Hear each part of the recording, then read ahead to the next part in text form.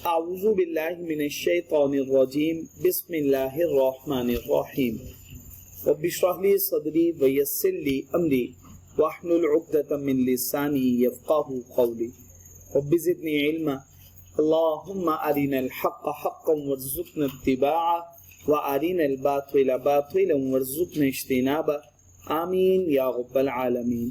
अल्लाहुम्मा तहिर क़ुलूबना मिनन निफ़ाक़ व अअमालना मिनर रिया व अलसिनतना मिनल कज़िब व अअयुनना मिनल ख़ियाना फ़इन्नका तअलमु ख़ाइनतल अअयुनि व मा तुख़फ़िस सुदूर आमीन या रब्बल आलमीन।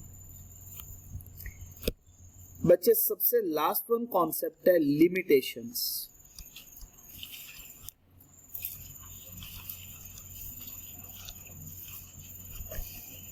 of law of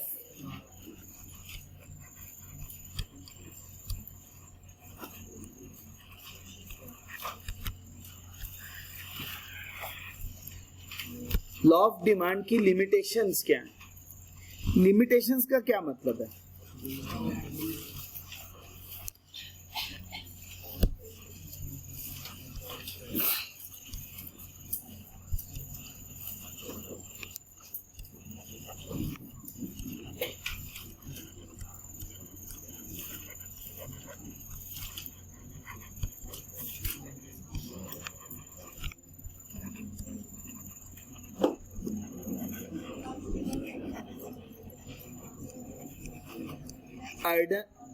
अच्छा बच्चे, अंडर सर्टन सर्कमस्टांसेस, कुछ खास किस्म के सर्कमस्टांसेस के under law of demand will not hold good, या इसको कह सकते हैं विल नॉट अप्लाई।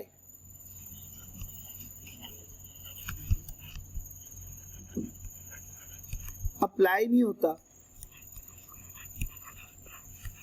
उन्हें हम कहते हैं लिमिटेशंस। लॉ ऑफ डिमांड की ये लिमिटेशंस।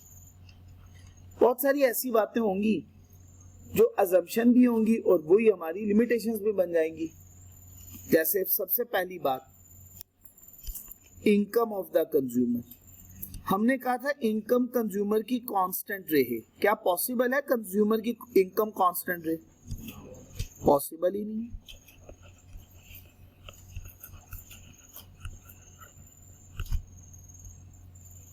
इनकम कंज्यूमर की कांस्टेंट नहीं रह सकती। अगर इनकम कंज्यूमर की कांस्टेंट नहीं रह सकती तो आप मुझे बताइएगा क्या फिर लॉ ऑफ डिमांड अप्लाई हो सकता है? नहीं, वो भी पॉसिबल नहीं है। जब इनकम ही कंज्यूमर की कांस्टेंट नहीं रहेगी तो लॉ ऑफ डिमांड भी अप्लाई नहीं होगा। अच्छा बच्चे, दूसरा पॉइंट,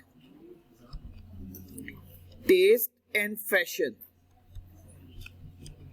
आप मुझे बताइएगा क्या फैशन जो होगा वो कांस्टेंट रहता है? वो तो चेंज होता रहता है। और अगर चेंज हो जाएगा तो फिर लॉ ऑफ डिमांड अप्लाई, क्योंकि हमने कहा था कुछ प्री कंडीशंस हैं। उन प्री कंडीशंस में हमने ये भी बात पढ़ी थी कि लॉ ऑफ डिमांड की अगर प्री कंडीशंस पूरी ना हुई तो लॉ ऑफ डिमांड अप्लाई नहीं होगा। तो ये हमारी लिमिटेशन बन गई। Third one, expectation of price change.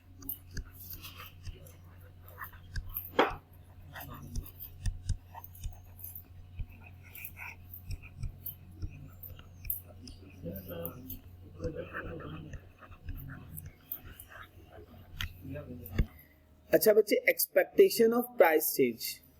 अगर मैं आज कहूं कि पेट्रोल की कीमत कल कम हो जाएगी तो आप मुझे बताएं पेट्रोल की डिमांड आज बढ़ेगी या कम होगी? आज कम हो जाएगी। लोग क्या कहेंगे? कल पेट्रोल की कंजम्पशन बढ़ाएंगे क्योंकि आज कीमत ज्यादा है, कल सस्ता हो जाएगा। लेकिन अगर पता चलेगा कल से पेट्रोल की कीमतें रिवाइज होकर बढ़ रही हैं तो आज डिमांड ज्यादा होती है। तो एक्सपेक्टेशन है प्राइस चेंज की कि अगर एक्सपेक्टेशन हो कि फ्यूचर के अंदर चीजों की कीमतें बढ़ेंगी या चीजों की कीमतें कम हो जाएंगी तो फिर उन हालातों वाकयात के अंदर लॉ ऑफ डिमांड अप्लाई नहीं होगा। क्लियर हो गया जी बच्चे? इसके बाद बच्चे फोर्थ वन,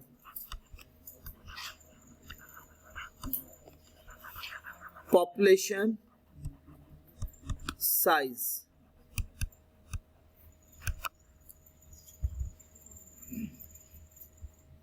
अब आप मुझे बताइएगा, क्या आबादी की वजह से, पॉपुलेशन साइज है ना आबादी, क्या आबादी कांस्टेंट रहती है? नहीं, वो भी चेंज होती रहती है।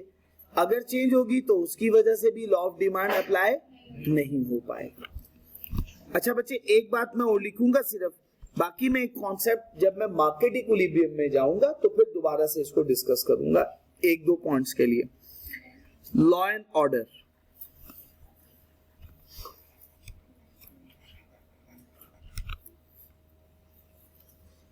लॉ एंड ऑर्डर जब भी नया लॉ बन जाए, क्या हमारा कंट्रोल है कि लॉ बनने से रोक सके? और अगर लॉ बन जाए तो उसकी कंप्लायंस से रोक सके? पॉसिबल ही नहीं है। तो ना हम लॉ बनने, कुछ फैक्टर्स होते हैं जो एक्सोजीनियस, जैसे कंपनी है ना एक ऑर्गेनाइजेशन, ऑर्गेनाइजेशन के कुछ फैक्टर्स हैं जो ऑर्गेनाइजेशन खुद से कंट्रोल कर सकती है, जैसे अपने मुलाजिमीन को अपनी मर्जी से जितना चाहे काम करवा सकते हैं, जितने कम या ज्यादा पैसे देना चाहें दे सकते हैं। वो कुछ फैक्टर्स ऐसे हैं जो वो कंट्रोल कर रहे हैं। लेकिन जिस कानून के तहत वो कंपनी बनी हुई है, क्या वो कंपनी ये चाह के भी कर सकती है कि वो कंट्रोल कर सके कानून नया ना बन जाए मेरे पे? और अगर कानून तो बन गया, वो कंट्रोल कर रही है कि मैं उस कानून की कंप्लायंस ना भी करूं तो मुझे कोई फाइन इम्पोज ना किया जाए, मेरे से कोई ना पूछे तुमने कानून माना या नहीं माना, तुमने कानून को फॉलो किया या नहीं किया, कोई फाइन इम्पोज ना कर सके। ऐसा तो नहीं होता। जी बच्चे, यहां तक बात क्लियर हो गई? तो these are the limitations of law of demand. Demand का टॉपिक हमारा यहाँ पे मुकम्मल हुआ। अब हम स्टार्ट कर रहे हैं अगला टॉपिक, सप्लाई का। बच्चे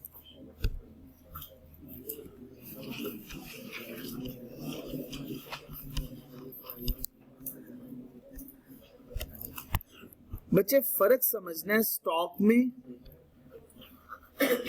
और सप्लाई में फर्क क्या होता है। The quantity of goods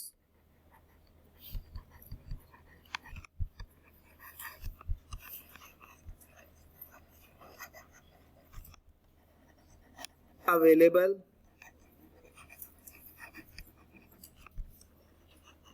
at warehouse या store room,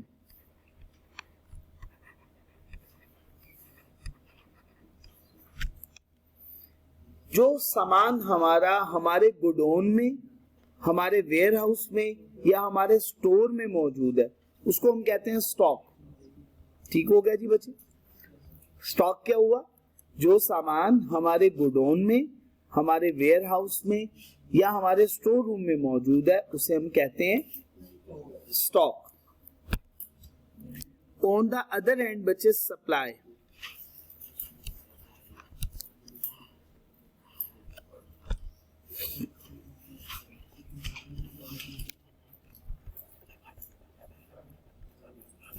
The quantity of goods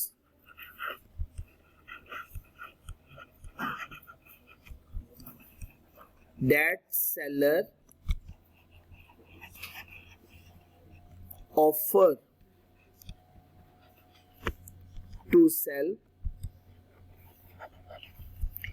at specific price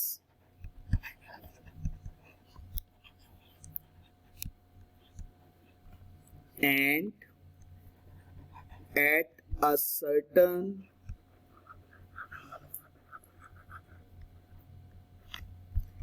period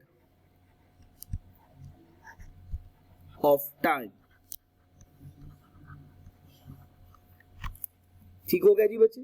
the quantity of goods, चीजों की वो तादाद जो सेलर ऑफर करेगा बेचने के लिए एक खास कीमत पे और एक खास टाइम पे, उसे बच्चे कहते हैं supply.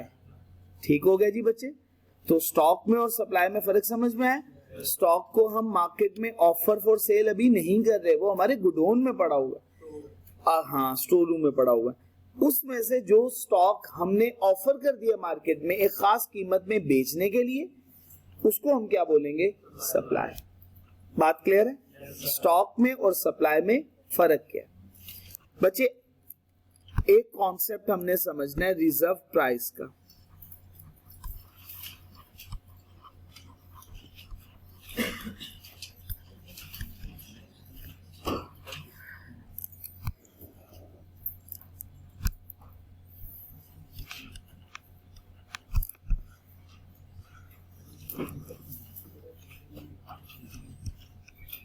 The minimum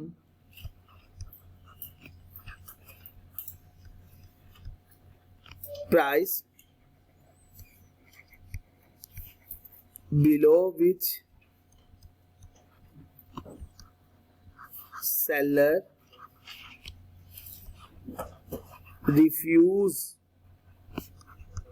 to sell its product.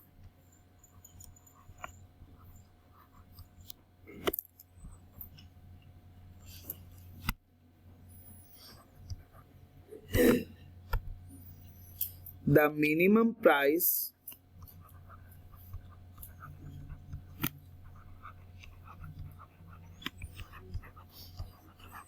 that seller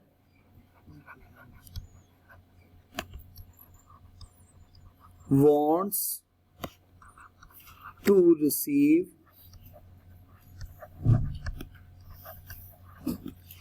against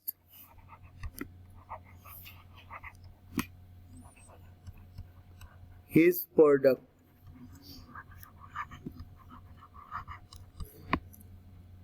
अपनी प्रोडक्ट के बदले में जो वो कम से कम पैसे वसूल करना चाहता है, कम से कम पैसे वसूल करना चाहता है, उसको हम कहते हैं मिनिमम प्राइस, या वो प्राइस जिससे कम पे वो इनकार कर दे, मैंने चीज बेचनी ही नहीं। क्लियर हो गया? बाजू का होता है ना, हम दुकानदार को जाके कहते हैं, दुकानदार भैया मोबाइल फोन खरीदने के लिए गए, मोबाइल फोन खरीदते हुए उसे कहा, उसने उससे पूछा कितने का, उसने बताया जी 1 लाख रुपए का। उसे हम कहते हैं भाई 70,000 रुपीज ले लो। वो कहता है भाई मैंने इतने में नहीं बेचना, फाइनल प्राइस 80,000 है, अगर इरादा है तो ले लो। अब 80,000 से कम पे वो आपको इनकार कर रहा है, मैंने नहीं बेचना, तो ये जो 80,000 है ये उसकी क्या कहलाएगी? Reserve price. इससे कम पे उसने इनकार कर दिया, या वो कम से कम कितने पैसे रिसीव करना चाह रहा है अपनी प्रोडक्ट के बदले में? 80,000। तो क्या बोल दिया? वो कम से कम कीमत जिससे कम पे वो इनकार कर देगा मैंने अपनी प्रोडक्ट को बेचना ही नहीं, या वो कम से कम कीमत जो वो अपनी प्रोडक्ट के बदले में हासिल करना चाहता है, रिसीव करना चाह रहा है, उसको बोलेंगे मिनिमम प्राइस। बात क्लियर है जी बच्चे? अभी मैं डायग्राम बनाऊंगा, नोट कर लीजिएगा, इसकी लॉजिक पे नहीं जाना, ये हम इंशाल्लाह बाद में समझते हैं, ठीक है जी? लेकिन साथ ही बन जाएगी, फिर आपको यह है कि जब रिवाइज करेंगे तो टॉपिक रिवीजन के दौरान आपके सामने होगी, एमसीक्यूज भी आ सकता है इससे रिलेटेड।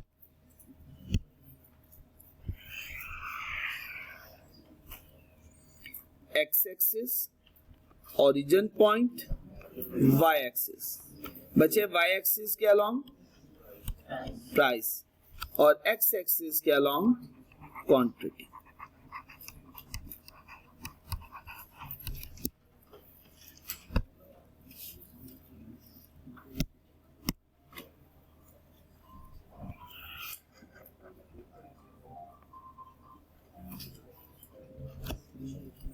बच्चे ये सप्लाई कर्व है, ये प्राइस क्या कहलाएगी? रिजर्व प्राइस कहलाएगी।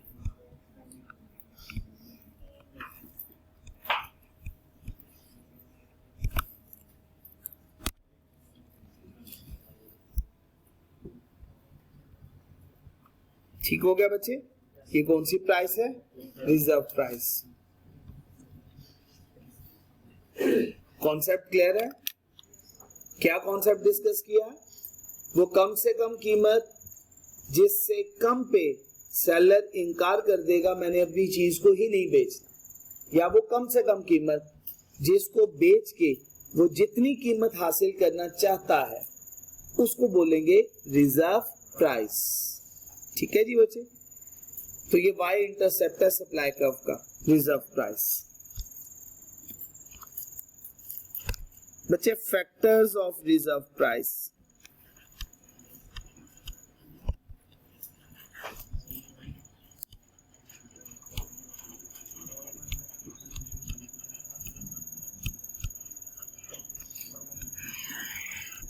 जी बच्चे factors of reserve price.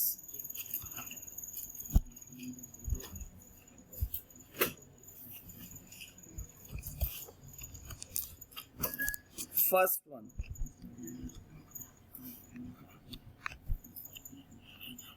Cost of production.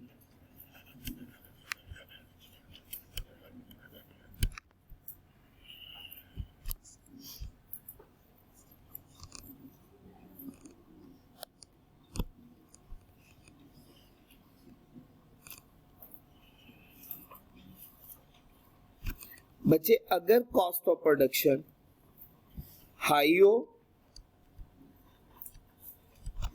या लो हो, कॉस्ट ऑफ प्रोडक्शन अगर हाई होगी तो रिजर्व प्राइस भी क्या होगी, बिल्कुल ठीक हो गया, रिजर्व प्राइस भी हाई होगी।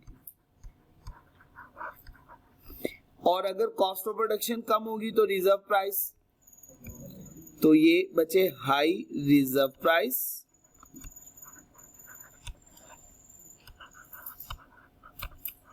और ये बचे लो reserve price.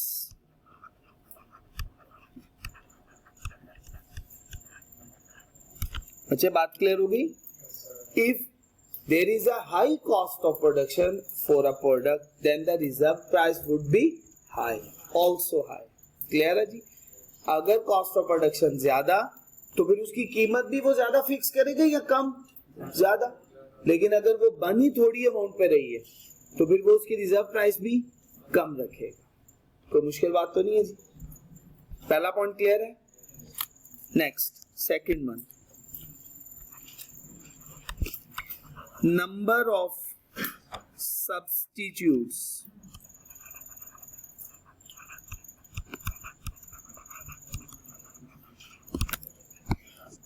Number of substitutes,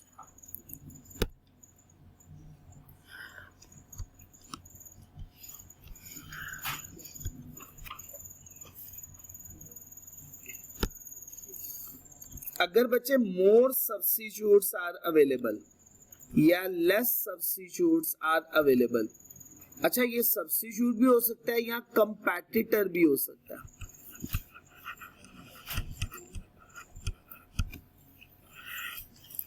अगर more competitors are there available in the market तो फिर रिजर्व प्राइस क्या होगी, लो। शाबाश, बिल्कुल ठीक हो गया। कंपटीशन की वजह से प्रॉफिट मार्जिन कम होता है, याद रखना है, बिजनेस का बड़ा इंपॉर्टेंट उसूल है।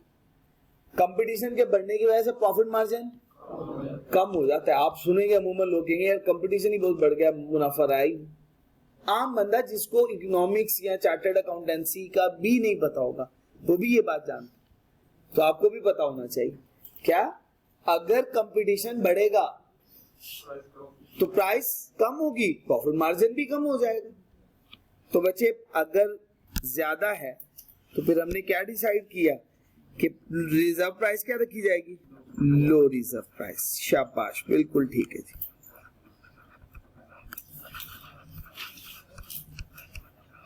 अगर मार्केट में कंपैटिटर्स ही नहीं है या बहुत कम है तो फिर हाई रिजर्व प्राइस।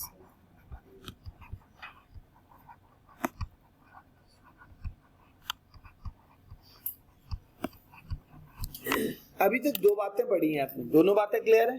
पहली बात क्या बच्चे? जी मैं बच्चे रिपीट कर रहा हूं। बच्चे अगर मार्केट के अंदर कंपैटिटर्स, ऐसी कंपनीज जो एक दूसरे का सब्स्टिट्यूट बना रही, वो एक दूसरे का कंपैटिटर है। अगर मार्केट के अंदर कंपैटिटर फर्म्स बहुत ज्यादा मौजूद तो फिर चीजों की कीमतें क्या हो जाएंगी, कम। अगर मार्केट के अंदर कंपैटिटर है ही नहीं, वो सिर्फ वो अकेली गुड वो बना रहा है, जैसे वापडा, वापडा की क्या मोनोपोली, कोई उसका कंपैटिटर ही नहीं, उसकी मोनोपोली है। ठीक हो गया ना बच्चे? अगर मार्केट के अंदर अगर मौजूद है नंबर ऑफ कंपैटिटर्स, बहुत ज्यादा तादाद में कंपैटिटर्स, ऑप्शन मौजूद है, ये प्रोडक्ट नहीं तो दूसरी प्रोडक्ट खरीद लेंगे। जैसे बेकर्स के अंदर बहुत कंपटीशन, इसी तरह से वॉशिंग पाउडर के अंदर बहुत ज्यादा कंपटीशन, ठीक हो गया ना। तो इस जिन चीजों के अंदर बहुत ज्यादा कंपटीशन है उनकी प्राइसेस को जल्दी रिवाइज नहीं किया जाता।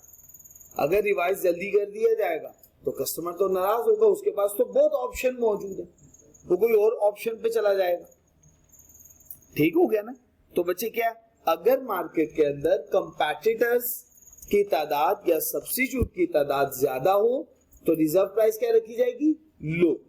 अगर मार्केट के अंदर कंपैटिटर्स की सब्स्टिट्यूट की तादाद क्या होगी, कम, तो फिर रिजर्व प्राइस क्या रखी जाएगी, हाई। दोनों बातें क्लियर हो गई बच्चे।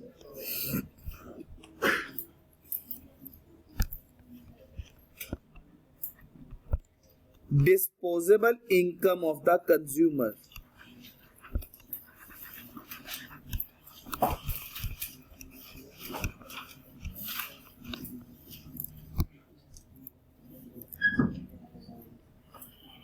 ये किसकी बात कर रहे हैं, डिस्पोजेबल इनकम ऑफ द,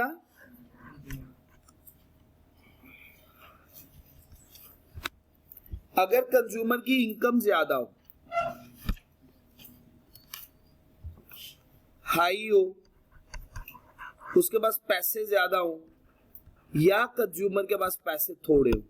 अगर पैसे ज्यादा हो, जैसे मिसाल के तौर पे आप अपनी प्रोडक्ट ऑफर कर रहे हो किसी ऐसे इलाके में जहां के लोगों की आमदनी बहुत ज्यादा है, आपने एक ऐसा डिपार्टमेंटल स्टोर या आपने ग्लासेस की शॉप बना डाली या इसके अलावा कॉफी शॉप आपने बना डाली किसी ऐसी जगह पे जहां पे लोगों की हाई इनकम, तो वहां पे आप अपनी प्रोडक्ट की प्राइस कम रखोगे या ज्यादा? अगर ज्यादा रखोगे तो लोग उसी को हाइजेनिक समझेंगे, कम रखोगे तो लोग नहीं समझेंगे इसको, ठीक हो गया ना। तो बस हाई रखनी है हमें, ठीक हो गया। अच्छा जी बच्चे, डिस्पोजेबल इनकम अगर ज्यादा है लोगों की तो रिजर्व प्राइस भी क्या होगी, बिल्कुल ठीक हो गया, हाई रिजर्व प्राइस होगी, वो लोग बेयर कर सकते हैं।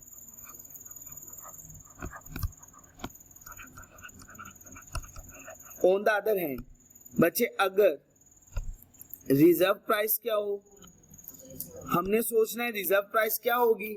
अगर इनकम लोगों की कम है, थोड़ी है, तो वो तो कंज्यूम, जैसे कुछ इलाके ऐसे हैं आप देखते होंगे ब्रांड के, उन ब्रांड की शॉप पे रश ही तब होना है जब वहां पे लिखा हुआ नजर आएगा फ्लैट 50%, तभी आना लोगों को, अदरवाइज तो उन्होंने उस ब्रांड की शॉप में आना ही नहीं, वो इस इलाके में मौजूद है। क्या मतलब है, वो लोग कम पे परचेजिंग करने वाले, कम कीमत पे, तो फिर उनके लिए रिजर्व प्राइस क्या रख दी जाए, लो रिजर्व प्राइस रख दी जाए।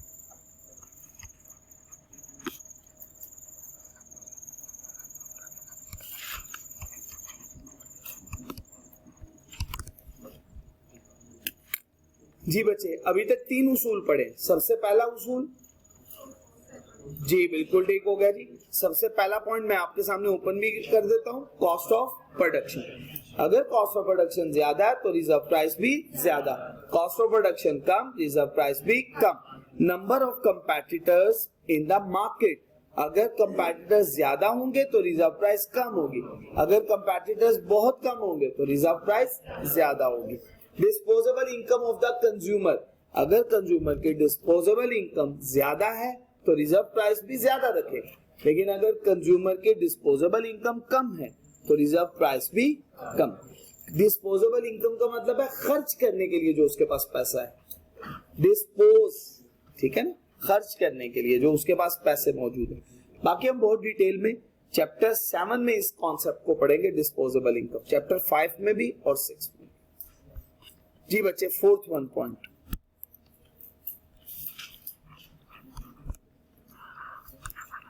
ऑब्जेक्टिव।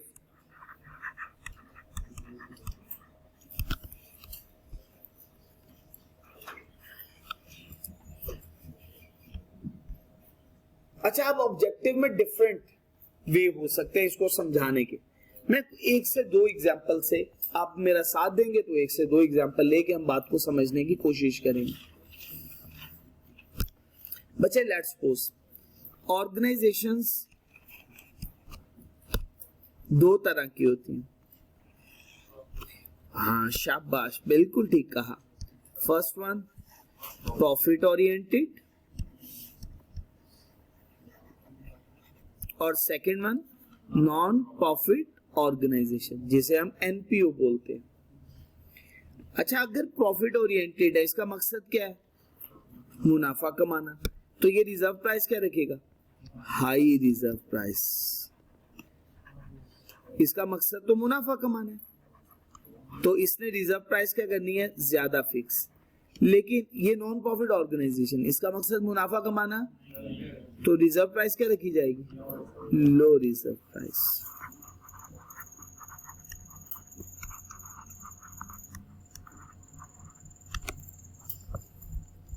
ठीक हो गया जी बच्चे यहां तक?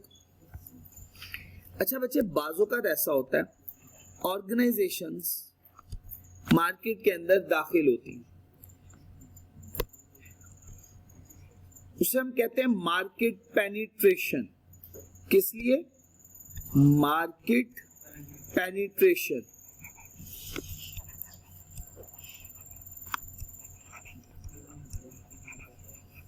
इसकी डिफरेंट स्ट्रेटजीज होती हैं। पेनिट्रेट का मतलब आपने बायो में पढ़ा हुआ होगा, ठीक है ना? हाँ, बैक्टीरिया के लिए कि वो अपर स्किन से जिस्म के अंदर दाखिल हो जाता है, पेनिट्रेट कर जाता है। वायरस के लिए वर्ड बड़ा कॉमन यूज होता है।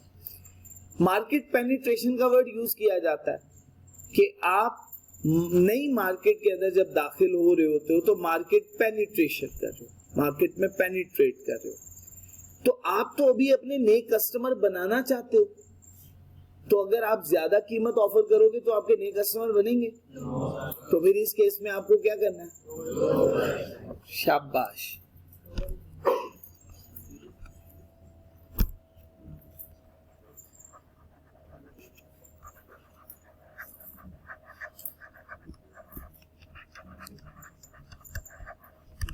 अभी आप अपना मार्केट शेयर बढ़ाना चाहते हो। मार्केट शेयर किसे कहते हैं? मार्केट शेयर का मतलब ये होता है, मैं आपको एक एग्जांपल से बात बता देता हूं। मिसाल के तौर पे मार्केट में 4 कंपेटिटर्स मौजूद हैं, टोटल 100 डिमांड है मार्केट की। मार्केट में मौजूद जितने भी कंज्यूमर है वो 100 यूनिट खरीदते हैं। ए के यूनिट 30 बिकते हैं, बी के 25 बिकते हैं, सी के 20 बिकते हैं, बाकी कितने रह गए? 25 डी के बिकते हैं। अब सी चाहता है कि मेरे नंबर ऑफ यूनिट ज्यादा बिके। हम यहां पे कहेंगे ये जो मार्केट शेयर है सी का वो 20% है। कितने परसेंट है? 20%। इसका मतलब हुआ ये टोटल मार्केट की डिमांड का 20% डिमांड पूरी करता है। तो इसका मार्केट में शेयर कितने परसेंट है? 20% है। If he wants to increase his market share, अगर वो चाहता है कि उसका मार्केट का शेयर बढ़ जाए, तो उसे क्या करनी पड़ेगी? प्राइसेस कम करनी पड़ेगी, ताकि लोग ज्यादा से ज्यादा उसकी प्रोडक्ट को बाय करें। ये भी तो मार्केट पेनिट्रेशन है। वो अपना मार्केट शेयर बढ़ाना चाहता है, तो फिर रिजर्व प्राइस कम करनी होगी। ठीक हो गया? और दूसरा प्रॉफिट ओरिएंटेड ही रख देते हैं, इसको हम यही पे बात कर लेते हैं, प्रॉफिट ओरिएंटेड।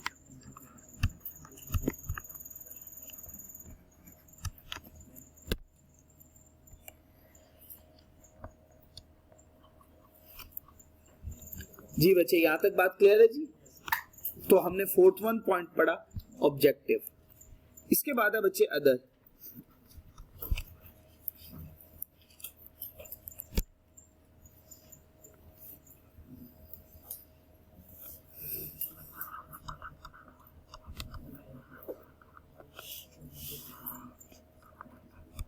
अदर पॉइंट्स में क्या हो सकते हैं?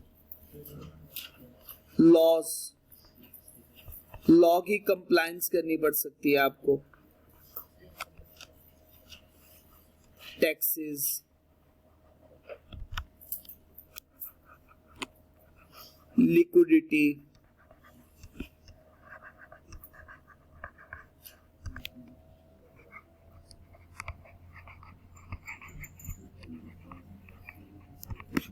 एटसेट्रा।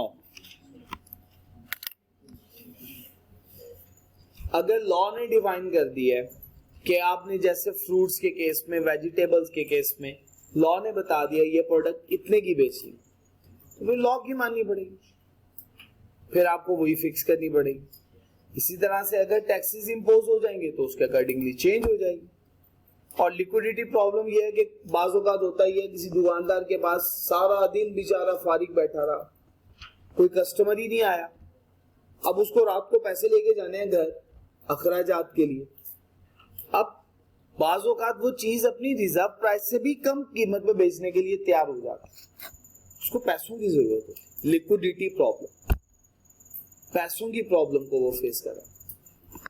कुछ पेरिशेबल गुड्स भी हो सकते, आपने अमूमन देखा होगा हॉकर्स गली में आवाजें लगा रहा होता, सारा दिन वो टमाटर बेच रहा है 100 रुपए किलो, शाम को आवाज लगा रहा होता 50 रुपए किलो ले लो या 100 रुपए के 2 किलो ले लो। ऐसा क्यों है? उसको पता है कि ये खराब हो जाने, अगर मैं लेके गया तो अगले दिन बेचने के काबिल नहीं रहे, तो वो रात को आवाजें लगा के शाम के टाइम उसकी कोशिश होगी बिक जाए, मेरा नुकसान तो हो गया है लेकिन मजीद नुकसान ना हो। वो अपने आप को मजीद नुकसान से, ये नहीं कि शाम के टाइम सस्ती हो गए हैं, अब वो शाम के टाइम जितना नुकसान हो गया वो तो हो गया, अब अपने आप को मजीद नुकसान से बचाने के लिए वो कहता है कि भाई बिक जाए मेरे, मैं कैसे कैरी करके लेके जाऊंगा, फिर अगले दिन तो बिकने के काबिल ही नहीं रहना, फिर मेरे लिए मसला हो जाएगा इनको डिस्पोज ऑफ करना। तो पेरिशेबल गुड्स क्या है, तो वो भी लिखी जा सकती है जी बच्चे।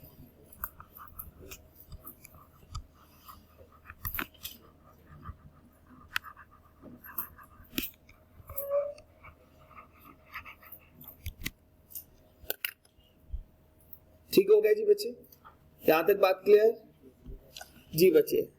अब अगला कॉन्सेप्ट बच्चे हमने लॉन्ग क्वेश्चन पढ़ना है, लॉ ऑफ सप्लाई।